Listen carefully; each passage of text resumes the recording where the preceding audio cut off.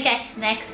Oh, internet's not letting me do it. I'm just gonna watch it on my phone instead. It's not ideal, but it has to be done.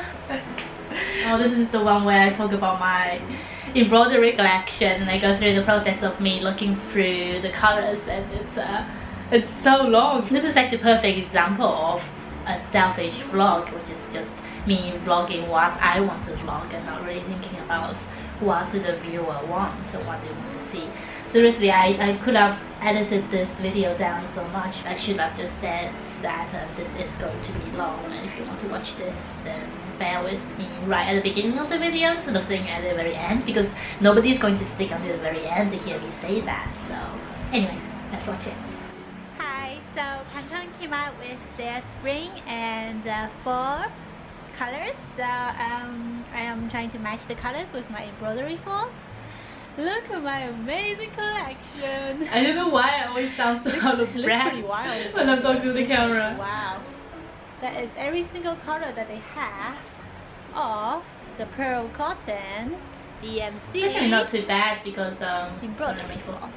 Basically, I held the camera down like this and I was just like talking down to it and showing people what I'm doing with my hands. And I don't have enough footage of like my face looking at the camera and talking, and therefore a lot of the visual is basically just off the tip of my hands, and it gets kind of boring after a while. During the editing process, I did try to insert lots of screenshots from the internet and whatnot, and kind of like break it up a little bit. But yeah, I think that's also one of the reasons why it felt like the video was so long, is because not enough variety in the different kind of shots and not enough of my face.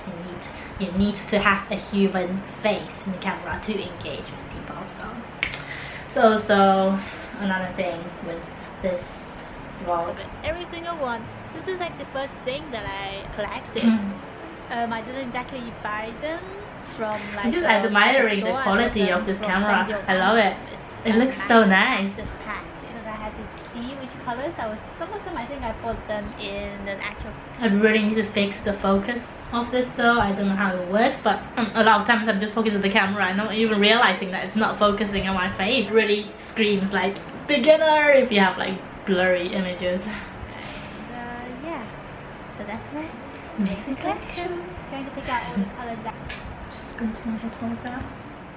And all this is in Japan, so I have to put them up in that way. I really need to watch out with my audio as well. On this particular vlog here, the audio is all over the place, but well, you can kind of still hear and understand what I'm on about, because I'm just hand holding my camera like this and like talking to it, well, not this camera, but yeah, and my mouth is always in varying distances with the camera, and therefore when I cut to another shot, suddenly my voice is like really loud and I have to like tone it down, but then it kind of sounds like it's from the left ear to the right ear. I don't know, I'm thinking maybe I should buy a microphone for filming, but it kind of be a hassle. I want to vlog something, you take out your camera and then you have to like connect it to your microphone. The whole point of vlogging is that you can just, you know, take your camera out and point and shoot. So I don't know about that one, I'm still considering it, but getting like a nice smooth audio is really important. Which is this guy. They kind of matches, but I feel like maybe it's a bit too pink. We'll be able to get a super accurate anyway, because the MC color selection for my embroidery floss is exactly of all of the colors in existence. But I guess like rose quartz is kind of like see-through-ish. You kind of imagine to be super air-light and see-through. I guess in that case this color would be quite good. Screenshots does really help. I think the color on its own looks, it's the lightest one from the cornflower blue. It looks just like it. It's perfect. It's perfect. It's perfect. Now I gotta choose. I've watched this video so many times while I was editing it that I know exactly what I'm going to say next. I think it hasn't been long enough. Maybe I need to wait like another month or maybe even 2 for me to have proper distance with this videos to watch it as a viewer. Well, I do have a fresher pair of eyes now, I think, and I can really look back and see the little points where I can improve upon. Got a design on my rose quartz color. Like about it. So I think my camera strap is hanging down. Oh my god. I think this is quite a nice match. It's pink way to face it. Oh, it does look nice. I have to decide upon some good fonts that I want to use and keep them consistent. This font is so ugly. I don't know why I chose it initially. So I've got this file here. These are all the colors. Okay, so this is my final decision. My final decision. Of the colors for Pattern Spring 2016. Denim on denim kind of jeans look, and you can pair it with a good pop of red. You pair it with something that's more like a copperish color, or even like a nice mauve pinkish I love that mauve color. It's like what I'm wearing right now. But I'm gonna wait for the runway for the full collections and see what's on the runway and what's in and what I like and get inspiration from that. But don't get ahead of yourself, girl. You want to open up your shop with your full collection from last year first. Just going to focus on the summer colors. Yeah, focus on that. I like the color composition. It's not too pastel-like. I'm like talking to the past me. From the past me is talking to the future me, which is the present me, and I'm talking back at it. You can see that just looks very, very baby-like. Oh my god, you made it to the end! Woo!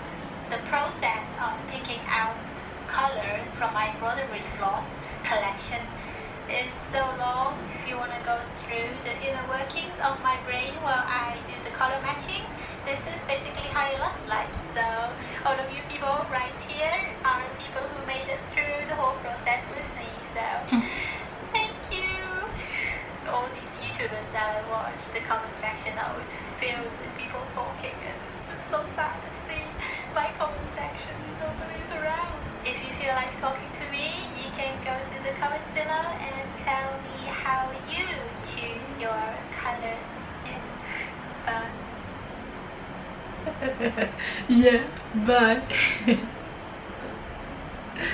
Well, I like the end of this vlog where I kind of just add on little bits of information that I didn't have in my footage. So basically I was editing it, so like, okay, something is missing, I need more of my face, and I need to explain that this process is very long and I'm going to include the whole process. So I just picked up my camera and filmed it right there and then put it into my computer and add on to the very end of the video. It wasn't as bad as I remembered it. I thought this video was like really long and tedious and whatnot. I found it quite interesting just because, well, this person right here is talking about what I always do, I guess. Well, it's me, so yeah. So the next vlog is, oh my god, it's me complaining about my metal stamping problems. I think I still have 1 or 2 more vlogs about the same topic, and the problem isn't even solved yet. I'm still struggling even now. Ugh. I got quite a lot of comments here because there's somebody else that does metal stamping too, so he was I think that I don't know, was giving me some tips on metal stamping, and we were just kind of going back and forth, which is kind of cool because this is quite a niche subject. So I didn't get as many views on this one when I shared it through my Facebook with my friends and family because although those people do know me as a person, but they don't really know much about this subject, and it's probably quite boring for them. But it's kind of cool that I did reach out to somebody that isn't somebody that I know in real life and is actually interested in metal stamping. So I'm really negative in this video though. It's just kind of me moaning, which might not be so fun to watch. I feel like I need to be a bit more smiley in my video, but then at the same time I don't want to actually force a smile on camera. Okay, let's do this. Whoa. What? I just fell asleep on the sofa. Did you? Where are my contacts and everything? Oh. This is what happens when I have a lot of night shifts at H&M. I work there part-time, and then suddenly I want to change my schedule around. Okay, now that is a weak intro. Who cares that you fell asleep on the sofa? Start with something stronger.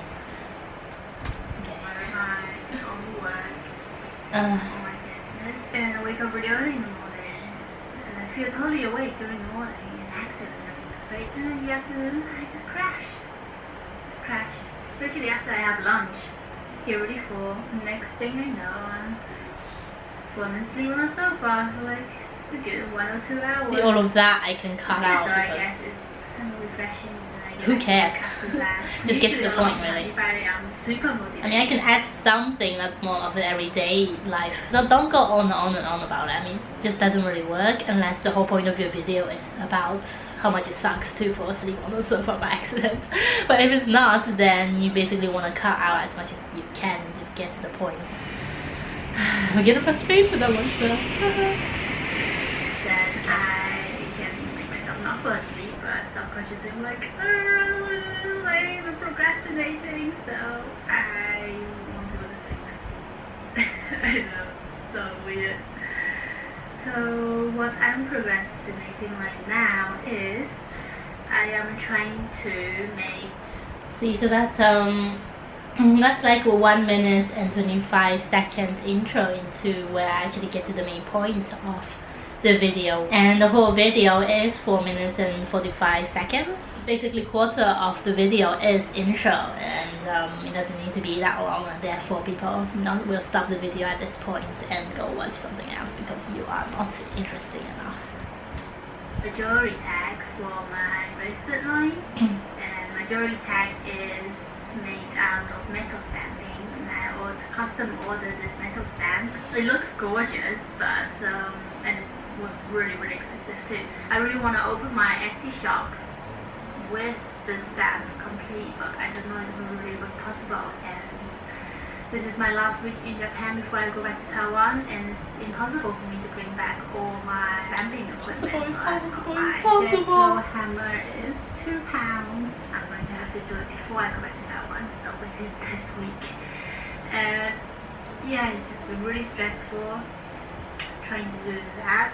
Somebody there might happen to be a master at metal stamping, I don't know, maybe I could get some help from them. Or even just talking about like your worries, talking about why it is you think that you are putting this thing off to somebody, really helps. So thanks for listening. I really need to figure it out. Yes, you did, girl. Go work on my bracelet. Can I feel? That wasn't so bad, actually. Hey, that wasn't so bad. I seemed really genuine because I was genuinely struggling. So there were some cuts that seemed a little bit dodgy, though, where I cut from my face into like different clips of me showing the actual stamp and everything. The cut in between like the two voices, one is actually so smooth and seemed a bit weird. But it's because I didn't exactly plan for what I wanted to show in the video. I just kind of like went along with it. So that's why it came out a little bit dodgy. It's not that bad. It's not that bad. I would like put you off completely, but just with practice, I think you probably get that smoother. Not bad. Not bad.